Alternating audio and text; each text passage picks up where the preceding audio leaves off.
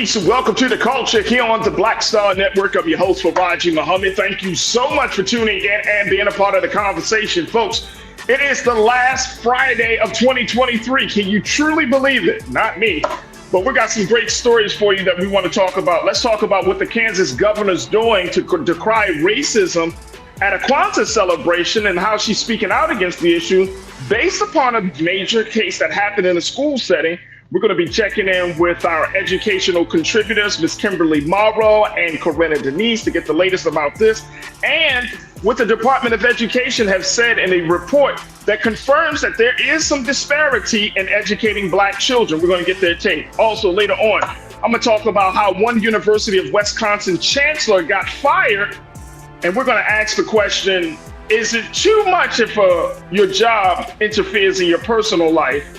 I'm going to share the more details about this story. And later on, we're going to check in and talk about building family bonds through collective history, why one photographer made it his job to make sure that the state of South Carolina has their only African-American museum. So we'll talk about that and a whole lot more.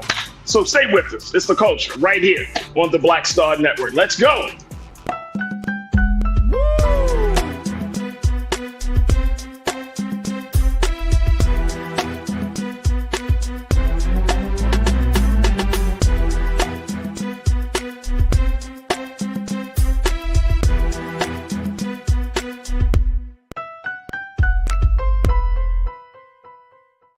All right, folks, welcome to the culture here on the Black Star Network. I'm your host, Farajii Muhammad. Thank you so much for tuning in and being a part of the conversation, folks. As it is officially the last Friday of the year. 2023 will just be over just by Sunday, and we start a brand new year. So for those who may not have the chance to hear me say this, Happy New Year. God willing, you'll make it through the transition. We'll make it through the transition together as we kick off a new calendar year. But big shout out to my online culture crew that's been riding with us for this whole entire year. I cannot thank them enough, man. Can't thank you enough for being with us this whole year, folks. So much that has been discussed, so many topics, so many conversations. But you have made this year absolutely incredible. So big shout out to you. I see y'all in the chats right there. We're streaming live on a number of different platforms. You can check us out on our home platform of blackstarnetwork.com. Download the app, follow us on social media, and more importantly, we ask that if this last day of the year, last Friday of the year, that you give something. If you have enjoyed what we have been putting out, the content, the interviews, the conversations, the special streams that we do here on Black Star Network, and you're like, you know what, this is a network that's worthy of my support. Please, by all means, support us today. Download the app, follow us on social media, but give something to help us power us through this digital movement. Now, we're also on Amazon platforms, on Amazon News, on your Fire TV. You can check us out there on Amazon Prime Video. You can also check us out there. There you go. Prime Video app under Live TV, The News, or find us under Amazon.com under Prime Video, then the Live TV, The News, or you can find us on Freevee there. Just check us out on now under News. And we're also on Plex TV 24 hours a day, 7 days a week. And we would love to connect with you there. Now, also, we're streaming on our various platforms, social media platforms. Check us out on Roland Martin's Facebook page. Big shout out to the culture crew on the Facebook page. There we go. There we go. Come on. Big shout out to the culture crew on the X platform. Thank you so much for tuning in and being a part of the conversation. And of course, big shout out to my online culture crew in the YouTube space. Pastor Damon Blissett back in the chat. He's going to keep regulating some stuff today. Thank you so much, Pastor. Big brother Willie Frazier. Happy Friday, crew. Happy Friday to you, big brother Willie. Arlene Starks, I see you. Deidre Hall, I see you. Ming Lee, Natasha Surge, I see you. Who else we got? The ABX girl, my sister. Thank you so much for checking in. Cindy D, thank you for checking in. Singing Denise R. Hello, the culture crew. Hello, Singing Denise R. Thank you so much for checking in. When y'all come into the chat, make sure y'all hit that likes button, that thumbs up button, and so that way we can get the algorithms moving. All right, folks, let's talk about some of these things. I got two dynamic women joining me on the panel today. I cannot wait to hear all that they have to say. These are two fantastic sisters who are doing some fantastic work in a number of different spaces. And the first one, we know who she is. She makes her presence known all the time in the chat. And more importantly, she's doing the work of helping high school students getting into the colleges, and she's doing some political activism. I'm speaking of none other than my sister, Corinna Denise, is joining us as well. Corinna, happy Friday. Happy last day Friday of the 2023. Yes, and look, I want you to check something out real quick, what I wore for Friday for the last. What is that? For the culture. Look at that, my sister. My sister. This is the most. Guess who designed it? Who designed it? Black woman. I'm just gonna put this up real quick. What's her name? Put it out there. She got a look at me. You got a BJ's card. She's in collaboration with BJ's. Sheena okay. Miller. So what's her name? Another name, Sheena Miller, and I was like, okay, I had to pick it up, you know. No, let's see the shirt one more time, Corinna. Let's see the shirt. What it says? It's got a black afro. The black woman went rocking the afro for the culture. I love that. You think we can get her on the show? There we go. I hope so. I think we could Google her and find her contact. Can we Google her or something? Let's go. Look at it. I mean, we're promoting her product. Yeah. So she should pay us to do that.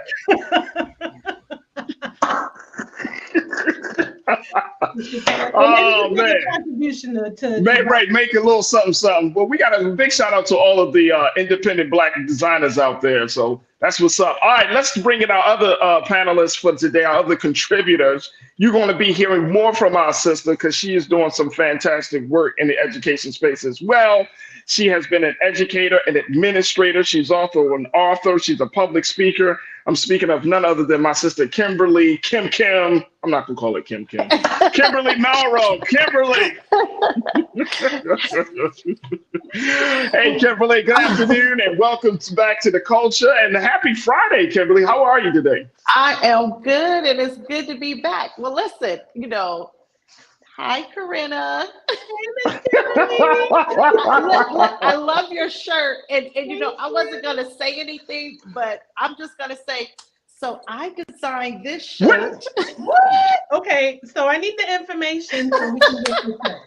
Wait a minute. Hold on, Kimberly. What's your shirt say? Be bold, explore. Explore everything. Be bold, explore everything. Damn. So I came up with it when I was doing one of my vision boards, and it was like, okay, yeah. Wow. Yeah.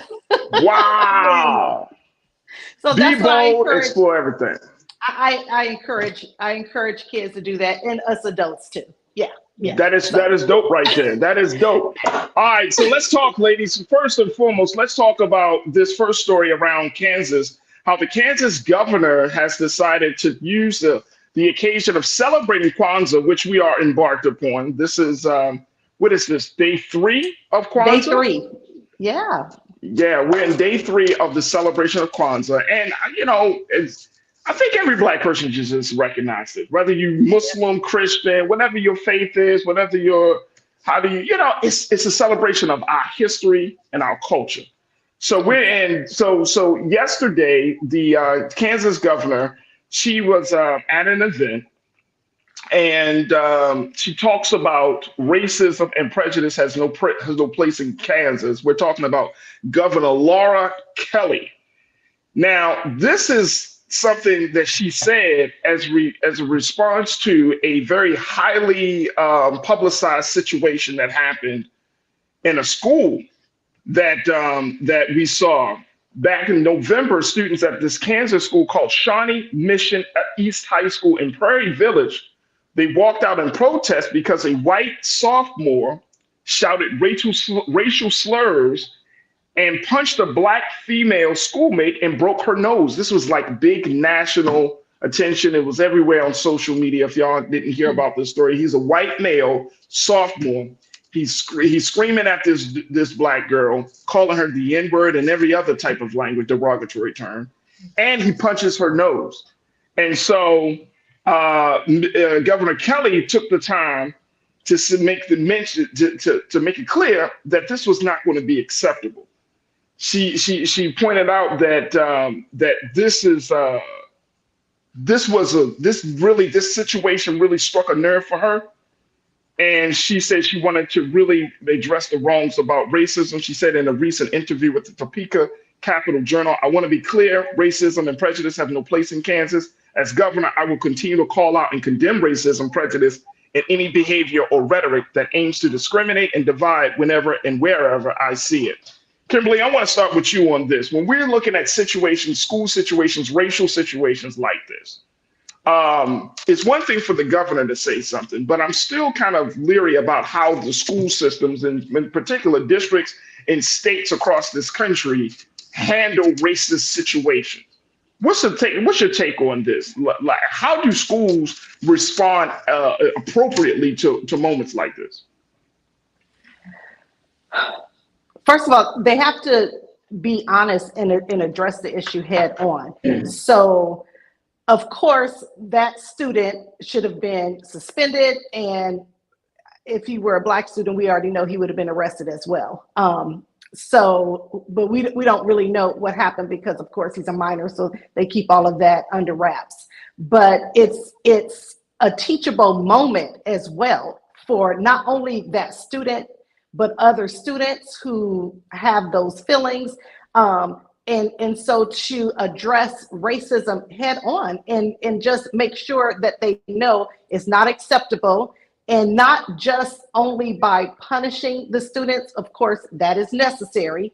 There needs to be some consequences to his action, but also allowing for some dialogue and conversation. And unfortunately, I know when I was in the school system, it was very difficult to address those issues, especially with parents, because of course, you know, I'm not racist. I don't know where he got it from, but we all know a lot of times they learn that at home. And I'm glad you brought that up, Kimberly, because I feel like that is a constant refrain that we hear, like, I'm not racist. And I'm always thinking, when I see students, young people, you know, with racist issues like this, I'm like, well, they must have learned it from somewhere. It's hard for me to believe that if it's not at home, then it's not with someone else that they're close to. It's just hard for me to say, oh, no, that's not happening. I can't believe that. Right. I mean, if they're not learning it at home, okay, but someone close to them has dropped the seed in their thinking, like the students thinking, to say, you know what, this is how you should see the world. So yes, we could talk all about the disciplinary actions, but a lot of times, Kimberly, and very quickly before we take our first pause, we don't hear about how the school, like we hear about the incident, but we don't hear the school coming out publicly and saying, look, this is what we're going to do. We've instituted some new, you know, sensitivity, you know, training programs or something. We just don't hear about it. It's like, it's just out there in the ether, and it doesn't give anybody any peace of mind that something is going to change. What's your take? Because nothing changes. As you know, I worked in the school system for many years, and I've experienced these issues. And a lot of times what they want to do is sweep it under the rug because it's an uncomfortable conversation to have.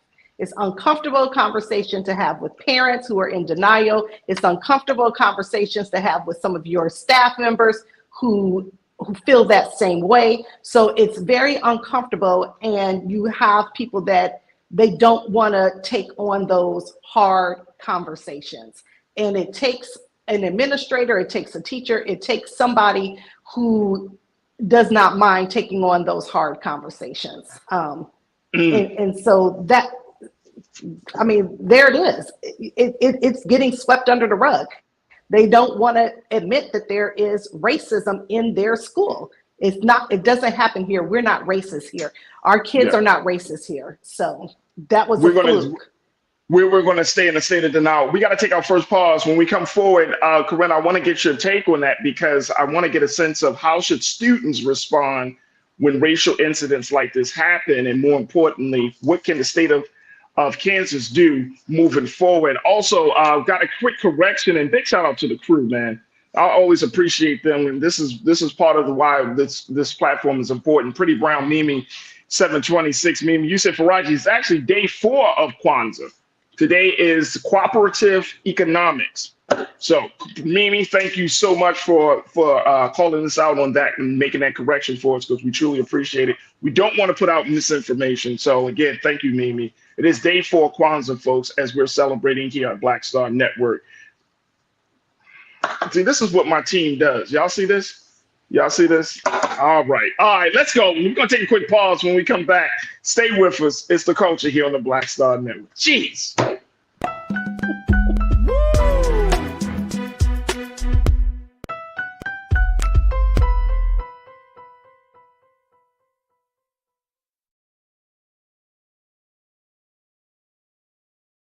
When you talk about blackness and what happens in black culture, we're about covering these things that matter to us, speaking to our issues and concerns. This is a genuine people-powered movement. There's a lot of stuff that we're not getting. You get it, and you spread the word. We wish to plead our own cause. Too long have others spoken for us. We cannot tell our own story if we can't pay for it. This is about covering us. Invest in black-owned media. Your dollars matter. We don't have to keep asking them to cover our stuff. So please support us in what we do, folks. We want to hit 2,000 people, $50 this month, raise $100,000. We're behind 100,000, so we want to hit that. Y'all money makes this possible. Checks and money orders go to P.O. Box 57196, Washington, D.C. 20037-0196. The Cash App is $RM Unfiltered. PayPal is R Martin Unfiltered. Venmo is RM Unfiltered. Zelle is Roland at RolandSMartin.com.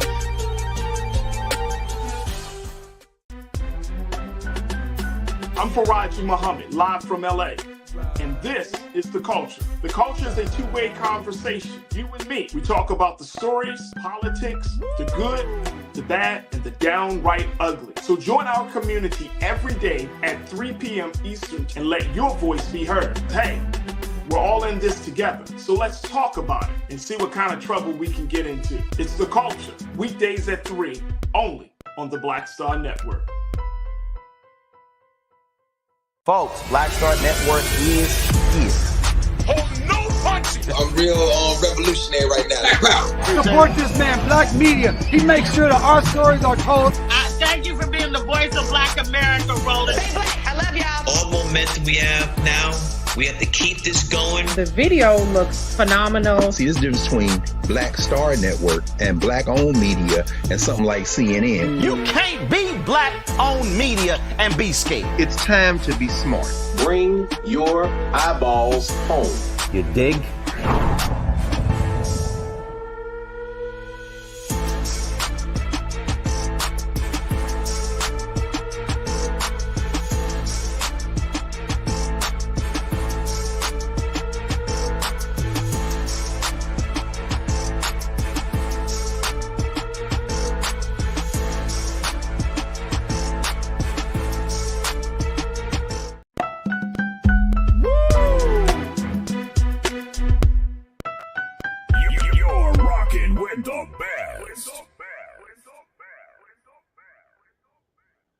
All right, folks, welcome back to The Culture here on the Black Star Network. I'm your host, Farajii Muhammad, joined by two dynamic sisters who are giving their thoughts on this conversation around the Kansas governor taking occasion of decrying racism at a Kwanzaa celebration event. And this is coming on the heels of a situation where there was a white male student in a high school in Kansas who said some racial slurs to a black girl student. And not only did he just say racial slurs, he punched the girl and broke her nose. So Governor Laura Kelly had decided to use the moment of celebrating Kwanzaa yesterday to decry racism and to speak out and making it plain that racism and prejudice have no place in Kansas. Here's the thing around this, though, Corinna, because I'm hearing with Kimberly Morrow joining us here today.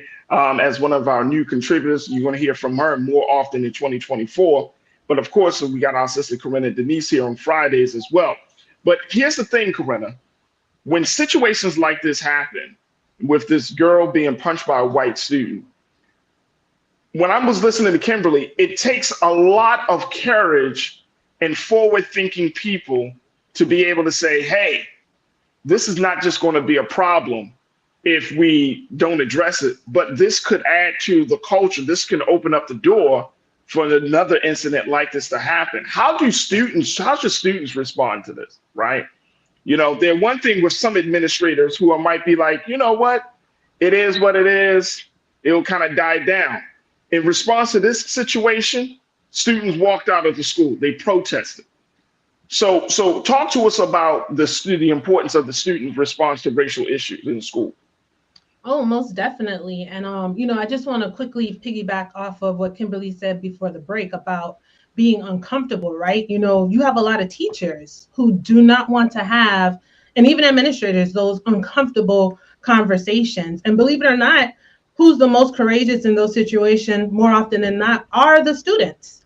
I have actually been in settings where I have walked out in solidarity with my students for different reasons in protest, not necessarily with a physical altercation, but where maybe there was a discrepancy with a white teacher, you know, in all transparency. So I think our kids today are bold enough to know that they need to rally together and take action, and they need to speak up, right? Because it's their school, you know. And then let's talk about school culture, right? What's happening in the school? Were conversations not already happening, you know, with race, especially with the current temperament of the country right now? You know, a lot of things have kicked up, we've seen in the last 3 or 4 years. So what do those conversations look like? You know, I hope it's not a matter of just being reactive now, because we had a violent situation where someone was actually assaulted and called a racial slur. So this has to be something that's continuing to happen, right? Yeah. Around, even if it's just in homeroom, if they're like in maybe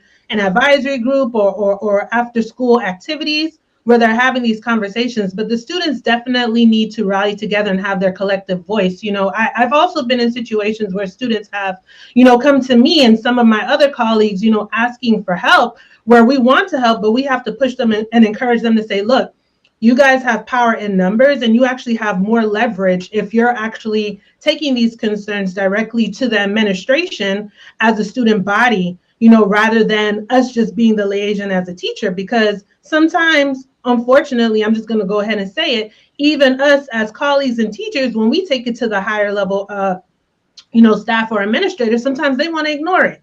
You know, so it has a lot more power and it resonates more when the students are actually, you know, approaching it. And then I always tell them, look, you need to get your parents inside of this building. You know, you need to get your parents on the line, communicate with your parents, make sure they know what's going on so that they can be a positive reinforcement, you know, and an advocate for you as well when you're voicing these concerns. But definitely have to speak up. And like I said, more oftentimes than not, they are very courageous in doing so and won't hold back. It's usually those administrators and those teachers sometimes who don't want to have those uncomfortable conversations. Oh, yeah, absolutely. Karen Connor is one of our great culture crew members. Karen checked in and said, look, it's always comes from the centers of influence, talking about racism. And when children, Kimberly, when children express some racist tendencies, Karen is saying it always comes from the center of influence. You're talking about parents. She said parents, grandparents, other family, neighbors, and their friends. In some cases, older siblings also carry on legacies of racism. Would you agree with that? Oh, absolutely. Absolutely. Now, a few years ago, I had a student who, his parents were so sweet. They were wonderful, but he had fallen into a circle of friends, and he took on that whole thing with the swastikas and all of that.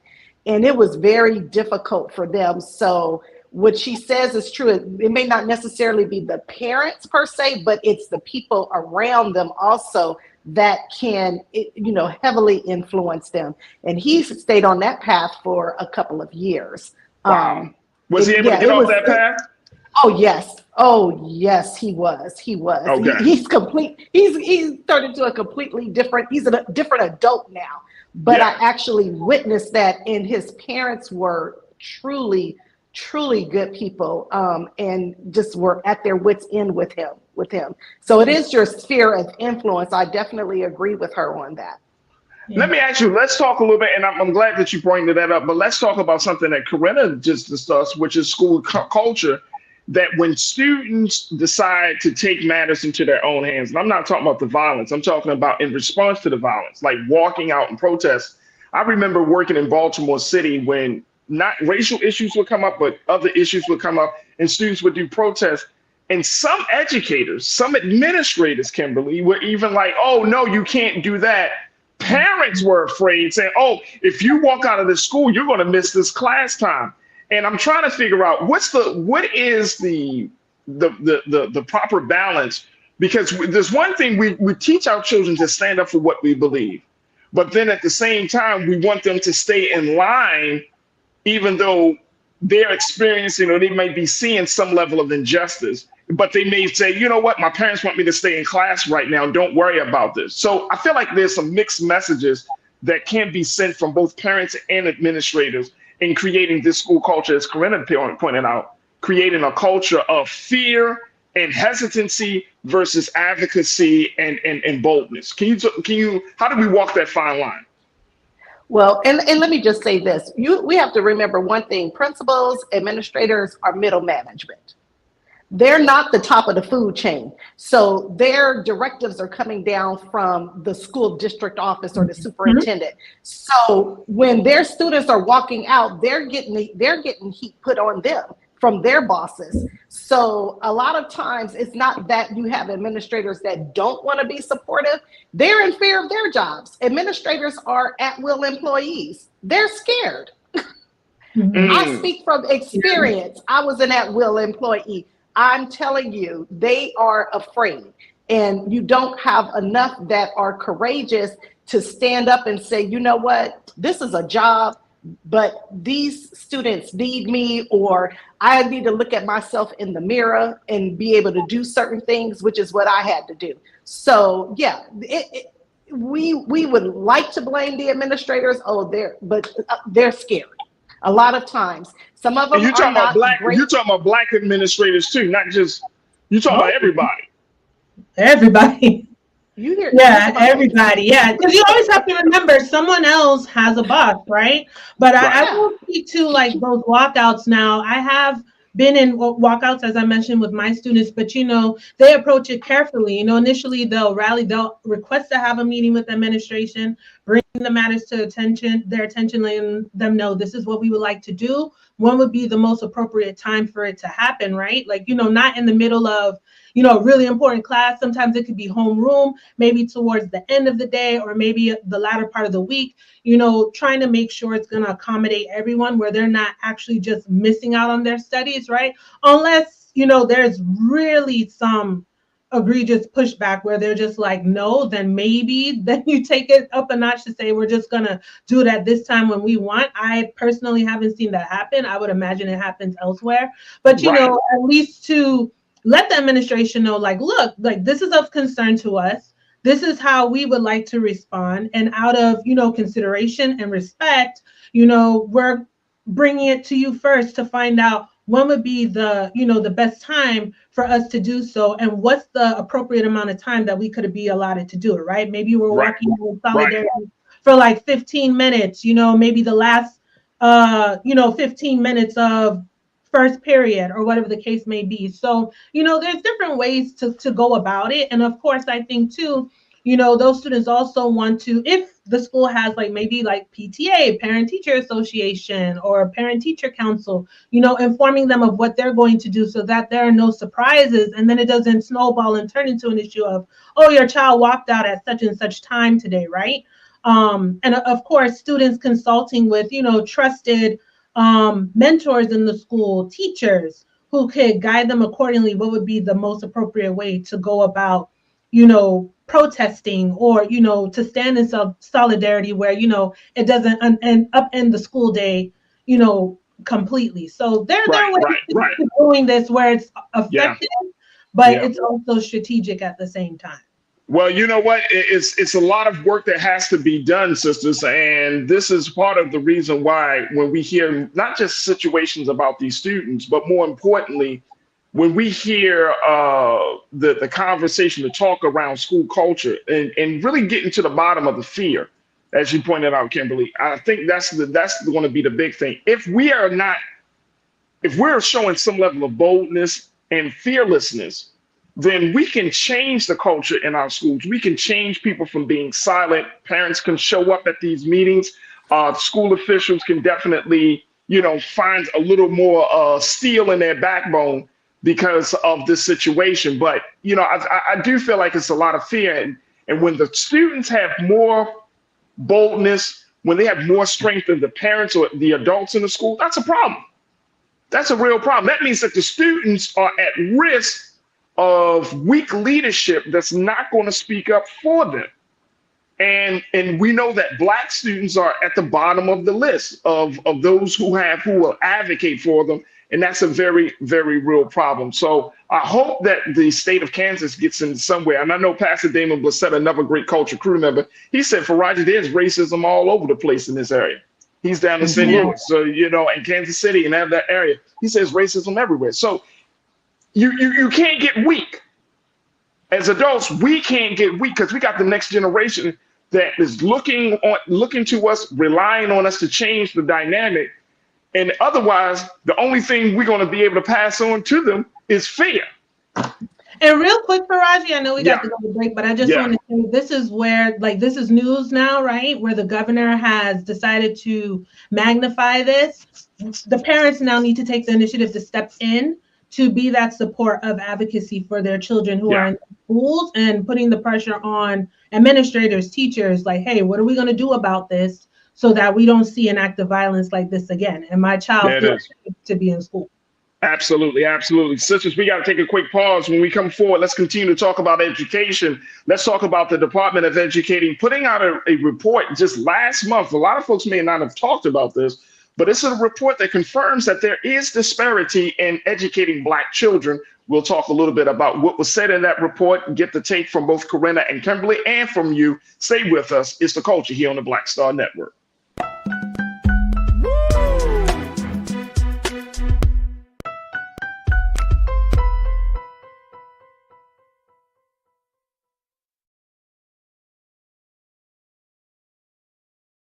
Folks, Black Star Network is here.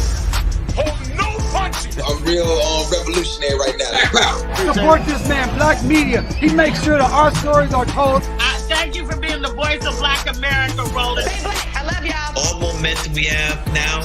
We have to keep this going. The video looks phenomenal. See, this difference between Black Star Network and Black-owned media and something like CNN. You can't be Black-owned media and be scared. It's time to be smart. Bring your eyeballs home. You dig?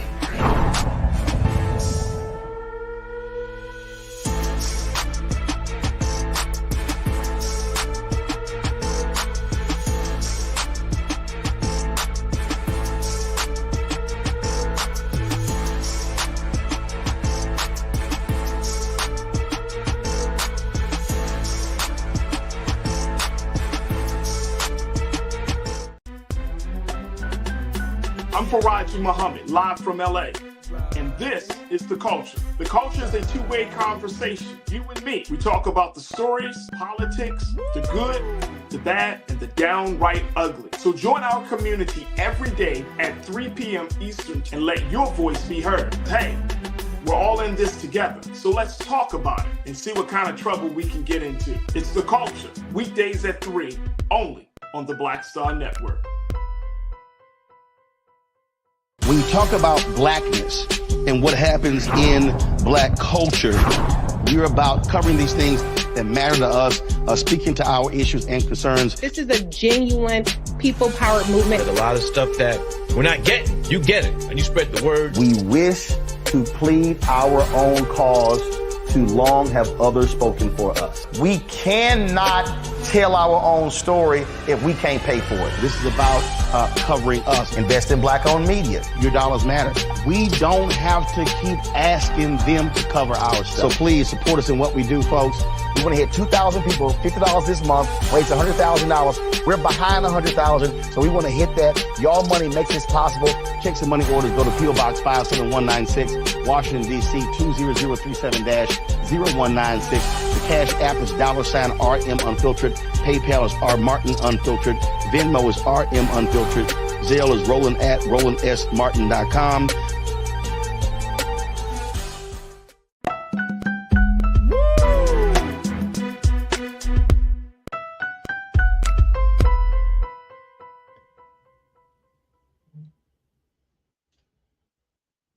All right, folks, welcome back to The Culture here on the Black Star Network. I'm your host, Farajii Muhammad. Thank you so much for tuning in and joining me as I am being joined by two dynamic women, Corinna Denise, college advisor, who is a political strategist as well, an activist. And then we're also joined by Miss Kimberly Morrow, who is a longtime educator and administrator. She's an author, she's a speaker, and she'll be joining us here on The Culture here in 2024. So we've been talking about the state of education.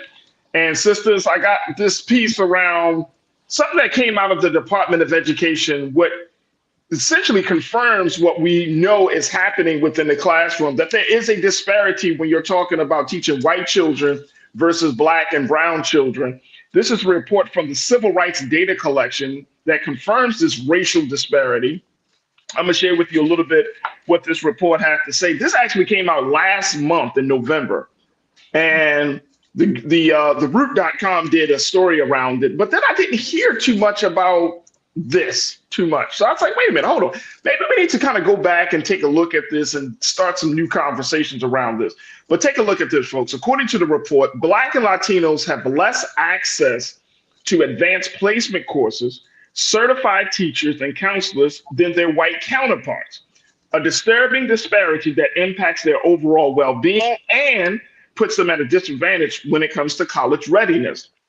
It also says that access to advanced placement AP courses can give students an advantage when applying to college, giving them priority in admissions decisions and access to scholarships. But while Black students made up 15% of all high school students, they only represented 8% of students enrolled in AP science courses and 6% of those in AP math.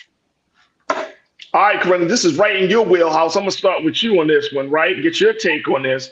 What does this mean? Like, okay, we recognize that Black and Latino students have less access to these AP courses.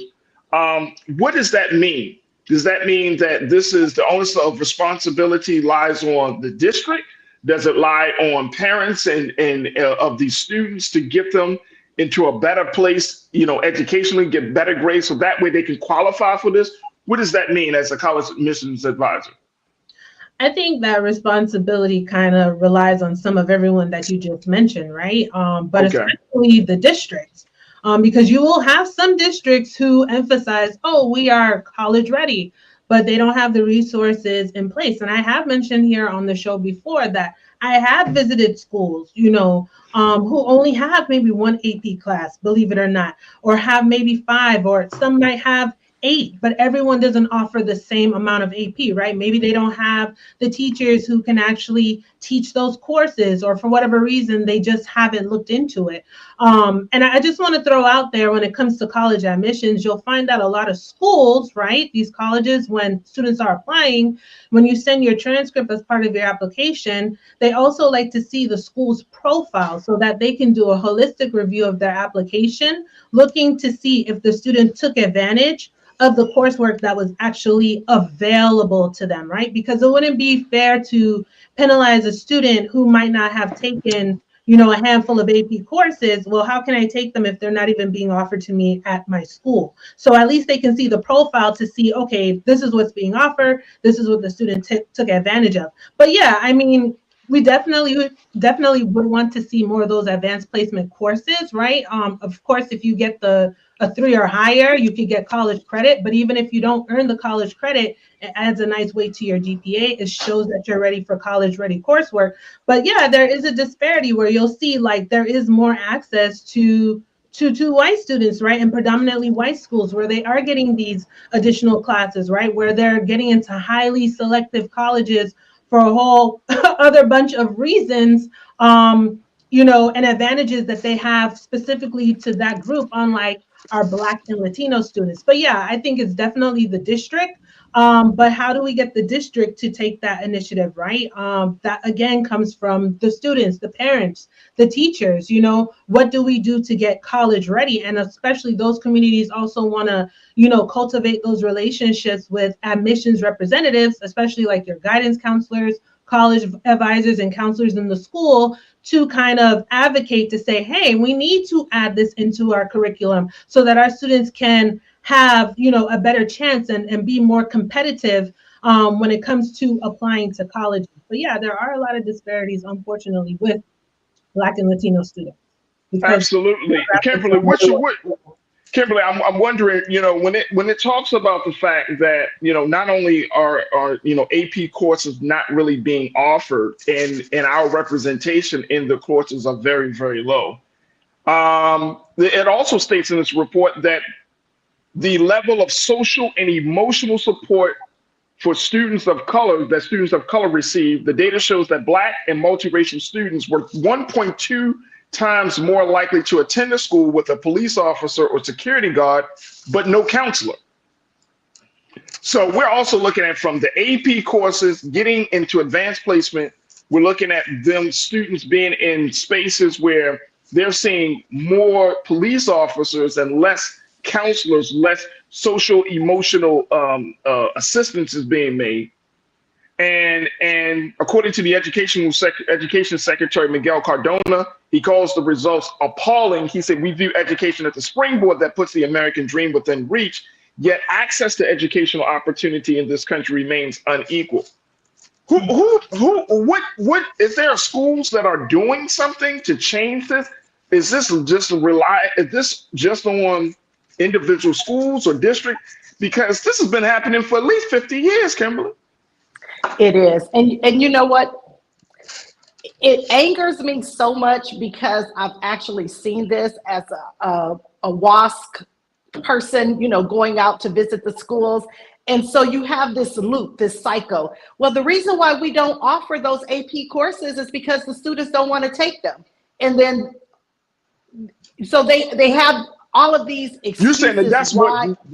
I'm sorry, you're saying that that's the reason that administrators give for not offering AP courses to Black and brown students. Yes, that's one of the reasons. One of the reasons. That yes, not because we don't qualify, but they're going to put it on the students to say it's the students' fault for not taking them. They don't want to take them. So it's not truly a college-going culture school if you're not even offering classes that will send them to college. But one of the things I wanted to say that came up in the last part was, this job is not for the weak. When you choose to go into education, this job is not for the weak. It's for the strong. You have to go in knowing that it's going to be a battle, constant battle. You're constantly having to fight for these students' rights, whether they're Black students, brown students. Look, I worked in an area where the socioeconomic level was very low. So I'm talking, white students who didn't fall, who fell in the poverty line area. And so we see this, it's not just Black students, brown students, it's poor white students, poor, Asian students. All of them are being left behind. And it's so frustrating because they'll take you in this circle. Well, the reason why we don't do it is because the students don't want it. And the students are like, no, we want the classes, they're just not offering them. And so somebody has got to step up for these students regardless. And I would always tell the parents, look, you have way more power than I have. There's only so much I can do. Yeah. But if they're hearing from you as parents, trust me, you're going to move the needle further than I'm going to move the needle. And so it's a matter of getting these parents on board and really explaining to them what their power is. The power, because like Corinna said before, it's everybody working together. It's not just the school district. It's not just the parents. It's not just the students. I know I'll see teachers say, well, if the parents did this and the schools are, and the parents are saying the schools need to do this. No, we all have to work together. We have to work together to bring about this change. So when you say, Farajii, is it the school? Who is it? It's everybody. Everybody has dropped the ball for whatever reason, for whatever reason. I think, I know we got to take another pause, but I think that is the problematic part, because even though we all know that we are all responsible, no one is taking responsibility or initiative. No, or the initiatives, and I'm not saying no one is making a blanket say. I'm just saying that, of course, you got in every single school, you got some parents who are just on it. They're at the meetings. They're constantly, involved in their children's education. They created IEPs and all other types of plans for their children and for the students. But I'm saying in mass, education has lost its shininess for Black America. In mass, we're not riding that, because I think that part of it, and I mean, some folks might get upset with me, but I think that because it's contextualized, you get a good education, get a job, versus you get a good education for self-development and community service. I think that those things kind of get mixed up. So people are like, oh, I can get a good job. I don't need to go to school. I don't need to be in these AP courses, versus saying, no. You go to school because you want to become a better person. You want to learn how to sharpen your emotional maturity. You want to learn how to do your critical thinking skills and take that to a higher level. You want to learn how to read and comprehend words and use words better. This is not about a job. I think we have I think we have the wrong goal at the end of the day, Kimberly. Yes. You got 30 seconds. I'm gonna allow you to say something to that. 100%, I agree. And I know for my generation, that is what we were taught. You got to get a good job. And it still lingers. And when I was in a classroom, I was like, look, forget, the students were like, what's my grade? What's my grade? What's my grade? I don't care about your grade per se. I care that you learn. I care that you learn these skills. I care that you learn this information. And even in schools, they're so caught up in grades. Yes. And everything is about grades and image and this and that. Right, and test scores. Come on, Kimberly, we got to say it now. There you go. But everybody talking about some damn test scores. It's not about grades. It's not about test scores. It's about the love of learning. It's about, like you said, the critical thinking skills of how to communicate. So some of these kids, they have high test scores. They don't know how to communicate. Come on. They don't know how to work with people. They don't know how to collaborate. They don't have those skills. And so somewhere along the line, we lost it. It's like we got focused on the wrong thing. Right. And unfortunately, everybody is not a great test taker. Everybody is not going to get all A's, but that's what they're looking at. That's the problem. And that's the problem. That's the great word. Come on, the doors of the church are open. She just gave a whole word. Come on. That's that, right? Because it's like it gets to the point now where you're teaching to the test. And are the kids, it's just a matter of memory, right? Like, I'm memorizing this information, but am I retaining it? Am I learning it? Can I, can you apply it to someone else, Yeah. So, yeah. You just said a whole word there. Said a whole word, and this is what you're going to get from Kimberly, aka Kim.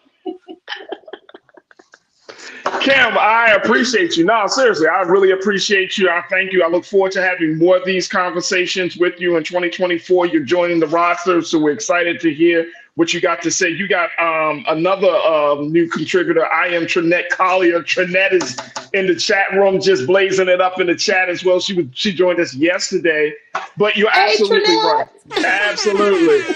There we go. But you're absolutely correct. I think that we're in Corinna, to your excellent point, we got to stop teaching to a test, teaching people for edification of their thinking, for helping them to gain a higher consciousness of who they are in the world around them. I always stress this to my son, and I said this, and I know some of parents got a little mad at me. I said, son, I really don't. I mean, in the big scheme of things, yeah, you can get a test, but it's really about your ability to think. That's why I stress to him, as a 10-year-old boy, I want you to learn how to think. And even if you don't think like me, that's okay. Because I think that's the other issue that we're challenged with, that a lot of parents are challenged with, that if your child is thinking on a different level, different frequency, we're like, you're not understanding. No. They're understanding it, but they're understanding it in a different way. Right. And that's okay. That's okay. Like and I think all three of us on this conversation, and every folks in the chat, we understand when with that one person in our school, you're not going to never get far along, because they expected us to think the same way, very quote unquote linear, very quote unquote logical. Everybody's not that way.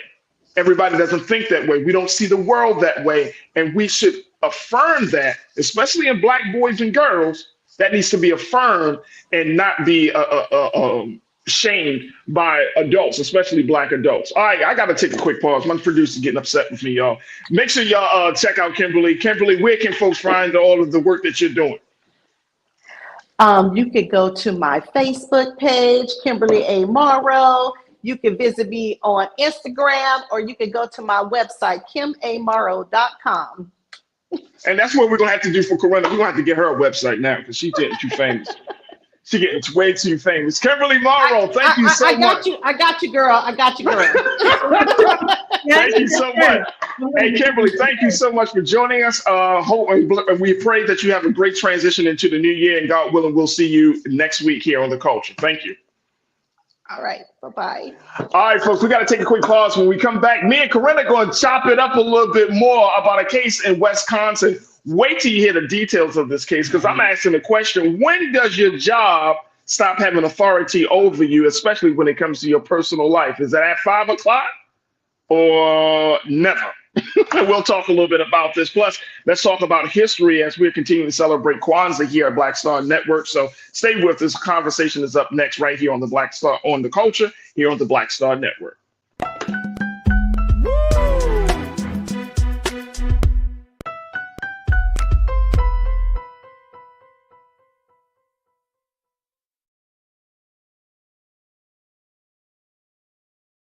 Pull up a chair, take your seat. The Black Tape with me, Dr. Greg Carr, here on the Black Star Network. Every week, we'll take a deeper dive into the world we're living in. Join the conversation only on the Black Star Network.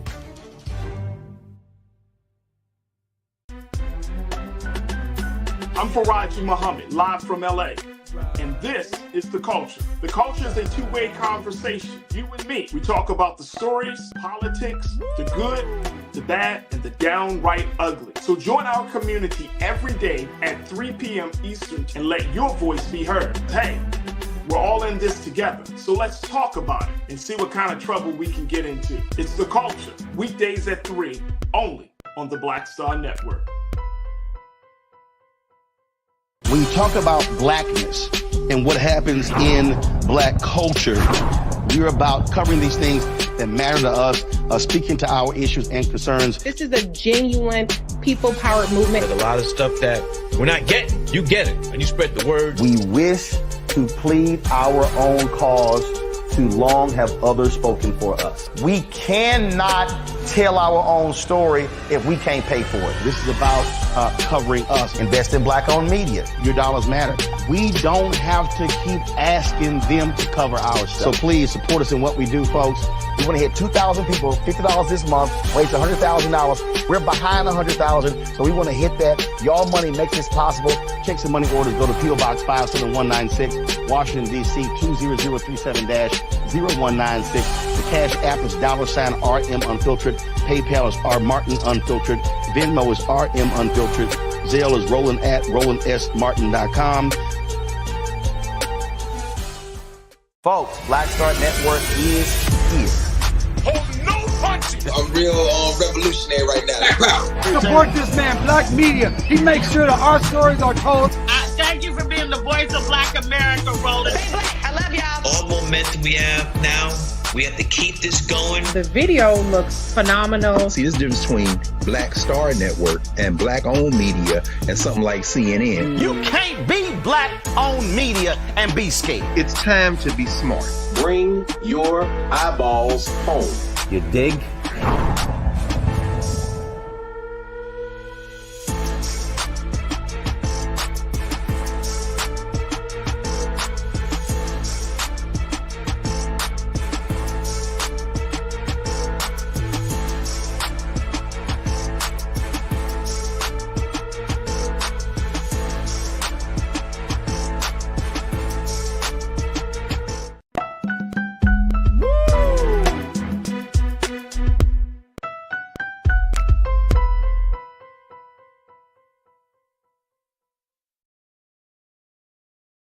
All right, folks, welcome back to the culture here on the Black Star Network. I'm your host, Farajii Muhammad. Thank you so much for tuning in. Joined by my sister, Corinna Denise, who has been joining us all this year. I mean, she's been on the culture, doing her thing, having a fantastic year with us. Man, she traveled the world. It's been a year. I just realized that. And we both have longer hair now, too. You know? A lot of new growth. It's been a pleasure. A lot of soul growth, a little soul growth. You know what I'm saying? Like I look at Corinna, I look at my hair sometimes and I'll be like, damn, I got locks. You know, you wake up, you're like, damn.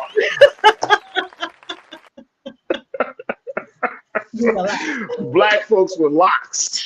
All right, let's talk about now. It is Friday. Friday. Okay. 2023 is over. Can you believe it? 2023 is over. Now, look, here's what we're not going to bring into 2024. Ignorance. All right, let's talk about this because I know the crew, everybody like, what you talking about, Farajii? All right, check it out.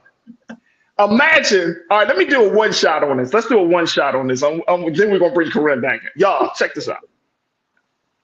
Imagine you doing your thing with your spouse or your significant other. Now imagine your job finds some stuff of you doing your thing with your spouse or significant other. Imagine your job firing you for doing something with your spouse or significant other. That's what happened in the University of Wisconsin. All right, let's bring Corinna back in. That's what happened. 63-year-old chancellor from the University of Wisconsin. I'm telling you, and this is why I'm going to bring this up. The 63-year-old chancellor from the University of Wisconsin was recently fired because him and his wife had some porn videos online that were discovered by the University of Wisconsin. Now, here's why I think this is an interesting story. The interesting part is, one, this is his wife. Mm-hmm.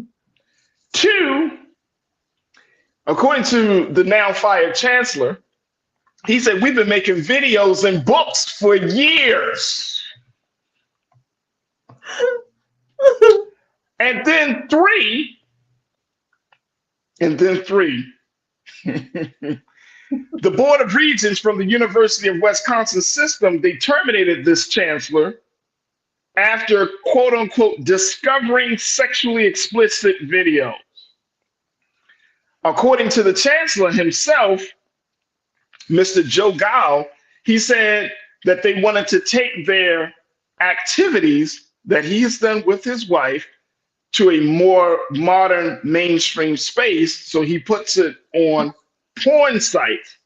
He said on those sites, we don't make mention of our roles or jobs or anything. We just do what we do with each other. She's got a point. She's an icon. She's a legend. My thing is, when the job goes too far, because here's what they said, the University of Wisconsin, let's put up the first quote, please. And I want y'all to give me your take on this, crew. Let's put up the first quote. The Board of Regents of the University of Wisconsin system, they terminated 63-year-old chancellor from his position after discovering sexually explicit videos he made with his wife, according to statements from the officials and reporting from major media outlets that interviewed the ex-chancellor. Mr. Joe Gao, who according to his university profile, serves as the 10th chancellor of the University of Wisconsin La Crosse, said in a statement to media outlets that he was being punished over porn videos he made with his wife. He has not received, quote unquote, due process, and the books and videos my wife and I have produced are protected under the First Amendment. He goes on, and now, according to the University of Wisconsin, they put out this statement. Let's put up statement. Let's put up quote number 2. They say, quote, Joe Gile has shown a reckless disregard for the role he was entrusted with at University Wisconsin La Crosse to serve students, faculty, and staff and the campus community. This is according to the president of the school's board of regents, Karen Walsh, she said in a statement. The outrage over his behavior is evidenced by the unanimous vote by the UW Board of Regents to terminate him as chancellor. We are alarmed and disgusted by his actions, which were wholly and undeniably inconsistent with his role as chancellor.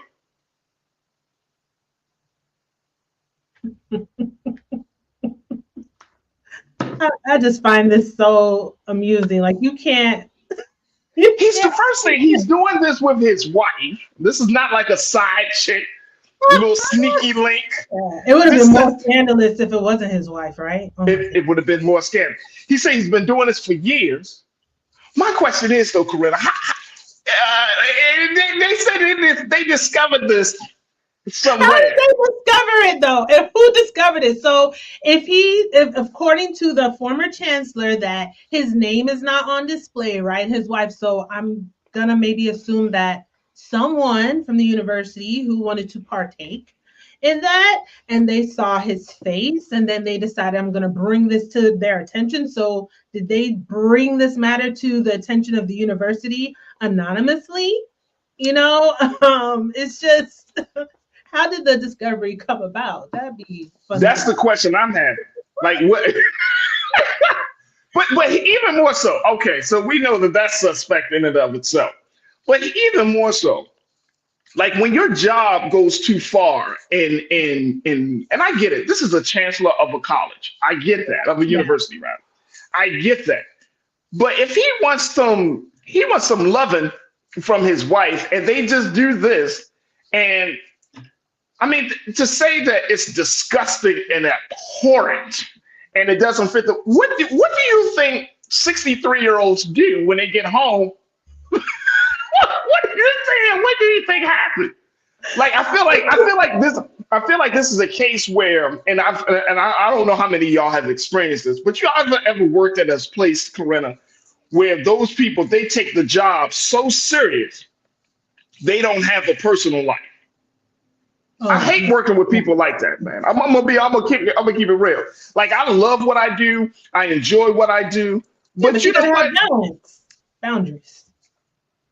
But you know what, Farajii, would we be raising this point if these videos were not with his wife? Because I do think that there would definitely be more pushback. I don't know if the reaction would be, well, you know, it was with his, you know, well, oh, he's having an affair on his wife and he put this out there. But, you know, I don't know if because this was with his wife, it necessarily softens the blow. And yeah, you've been doing it for years, but yeah, we do have to be careful what we put on the internet because it lives there forever. Someone came across it. I'm actually kind of surprised considering that they just ousted him, but I guess, you know, overall that's a bad look for the university. Wait a minute. What's a bad look for the university? Perhaps, I mean, I'm just saying from their point of view now. I'm looking at this. I mean, let's they're looking at it as, you know what? Oh man. Okay. So,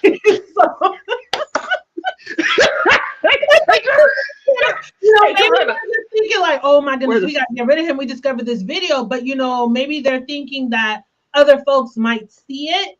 So I don't know. I'm trying to understand the motive behind them saying, okay, we found these videos of the chancellor with his wife online.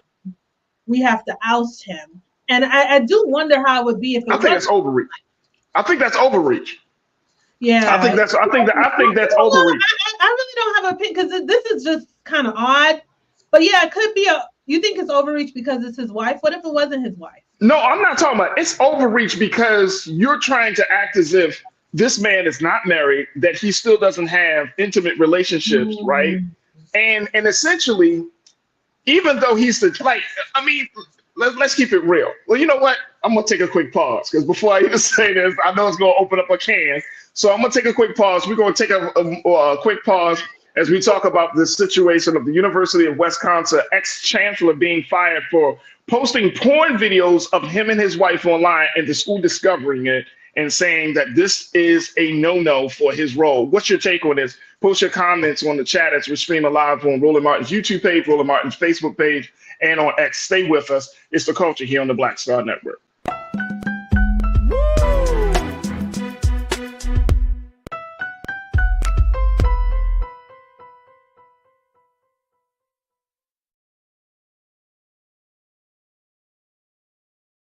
When you talk about blackness and what happens in black culture, we're about covering these things that matter to us, speaking to our issues and concerns. This is a genuine people-powered movement. A lot of stuff that we're not getting, you get it, and you spread the word. We wish to plead our own cause. Too long have others spoken for us. We cannot tell our own story if we can't pay for it. This is about covering us. Invest in black-owned media. Your dollars matter. We don't have to keep asking them to cover our stuff. So please support us in what we do, folks. We want to hit 2,000 people, $50 this month, raise $100,000. We're behind 100,000, so we want to hit that. Y'all money makes this possible. Checks and money orders go to P.O. Box 57196, Washington, D.C. 20037-0196. The Cash App is $RM Unfiltered. PayPal is R Martin Unfiltered. Venmo is RM Unfiltered. Zelle is Roland at RolandSMartin.com.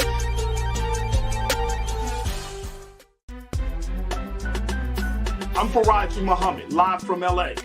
And this is The Culture. The Culture is a two-way conversation. You and me. We talk about the stories, politics, the good, the bad, and the downright ugly. So join our community every day at 3 p.m. Eastern and let your voice be heard. Hey, we're all in this together. So let's talk about it and see what kind of trouble we can get into. It's The Culture, weekdays at 3, only on the Black Star Network. Folks, Black Star Network is here. Oh, no punching! I'm real revolutionary right now. Support this man, Black Media. He makes sure that our stories are told. Thank you for being the voice of Black America, Roland. Stay black. I love y'all. All momentum we have now, we have to keep this going. The video looks phenomenal. See, there's a difference between Black Star Network and black-owned media and something like CNN. You can't be black-owned media and be scared. It's time to be smart. Bring your eyeballs home. You dig?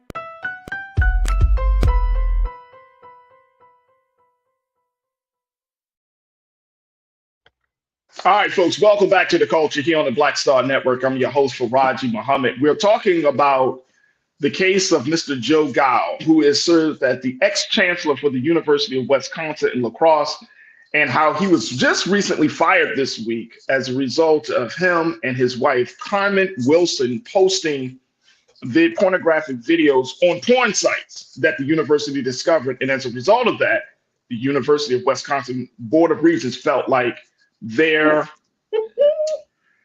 spilling a little tea too much and fired them. Now, Carmen Wilson actually was also fired, just to add to the story. She was fired. So he was fired. His wife was fired because she was in an unpaid position, working as an associate for the chancellor. So basically, they got rid of this couple for doing couple things because they were too naughty, folks. They're too naughty. Apparently, nobody has sex in the state of Wisconsin. Corinna, let's bring you back. Nobody has sex in the state, or nobody. See, here's why I think this is a problem. This is a slippery slope, because when you start talking about what you can do in your personal time, you know, jobs, they always say that. I don't care what role it is. You could be a doctor, you could be a lawyer, you could be a professor, you could do all of that. You could have salary jobs, you could be making $1 million. everybody, this is just me talking, I believe that every human being should be afforded privacy and they should be afforded that personal time from their job. What you do on your personal time, especially when it's with your spouse. Now, if this was a student, definitely, boom, you knocked out the park. If this was another staff, you discovered the video, Farajii, you think that's what happened? A student might. Hey, look, Culture Crew member Young Seek said that. He said it's probably a student who got a bad grade from this chancellor. Somebody that had a bad interaction was like, because there's no way in the world. Unless, well, I'm not gonna say no way in the world, unless one of the administrators just happened to be on a porn site like Pornhub or something. Next thing you know, they came across the state. That's Chancellor Gao.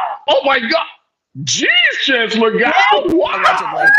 And you know what's something else too, because his wife was also at the university, and even though her position you mentioned was unpaid, right? She was also let go. You know, it's not like it sounds to me. It's not like they were discovered doing stuff in a room or an office or a space the campus, right? This was on their own time. So I really wonder, how did they make this decision? And then according to the former chancellor, he didn't get his due process. Like, it sounds like there was no hearing, there was no discussion really. It's just they discovered the material and they just ousted him. So I don't think that's necessarily fair. Like, everyone should get their due process. And, you know, even though he also mentioned, like, we've been uploading these videos for years, you know, what are they basing this on? Was it something that was recently uploaded? I know I'm getting detailed, but I would really like to know what were all the ingredients into producing this recipe of a decision. Of course. Hey, y'all, of course. Y'all listen to Corinna. Do y'all hear what Corinna is saying? Hey, I'd like to get some details as to what camera they used, the angles, what was the set like? I mean, we got to get into the mind. I don't even know how they set up the camera. I just want to know. Like, you know, is this recent footage? Like, how long ago did you all know about this? And you know what? He can't be the only one who has uploaded some stuff. And that's the other part. That's the other part. Like, if you have, I mean, that means that every person that uploads a video to a porn site, their job should be at risk. Because there's somebody, they work for somebody. You see what I'm saying? And I think the slippery slope is, and Karen, you pointed this out, Karen Connor, you said, all humor aside, in many professions, people are required to use discernment in their private lives. Action outside of good moral character are ground for termination. Keep it private.